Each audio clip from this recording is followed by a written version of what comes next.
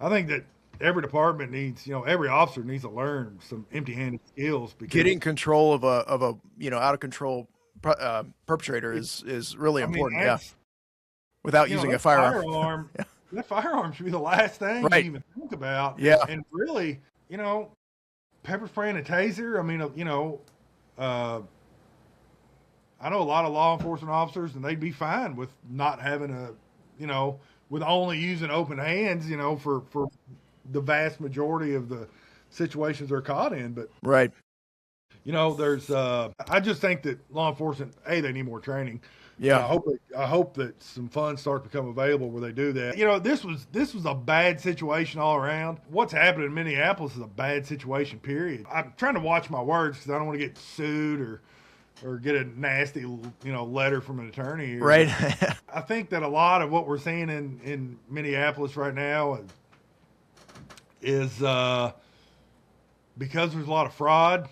Yeah. It's a lot easier. They're to say, on the defensive for sure. Yeah. Yeah, they're definitely on the defensive. And I think a lot of the politicians there, both local and federal politicians, are kind of saying, hey, we need to pay more attention to what's over here than what's over here. And, Yeah. And, what's over here is some people that needs to be, taken out of the country. Yeah. Yeah. And that's what they're focusing all their efforts on instead of the, I think it's $19 billion. Right. In fraud right now, which is is crazy. Yeah.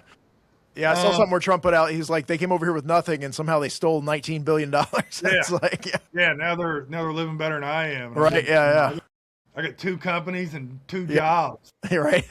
I'm constantly doing something. They're living better than me, which hey, that's the American dream as long as you do it lawfully. Lawfully, that's the stipulation right there. A lot of them's really doing that lawfully, right? Yeah, right. I do think that's a small portion of the people that comes of course, here, legally, So, I think that Governor Walz is just as much to blame with Mr. Pretty's death as Mr. Pretti and Border Patrol. Yeah, they've incited a lot of this, he's protesting. I try not to watch the news. I try not to get on Facebook very much just because it's too stressful.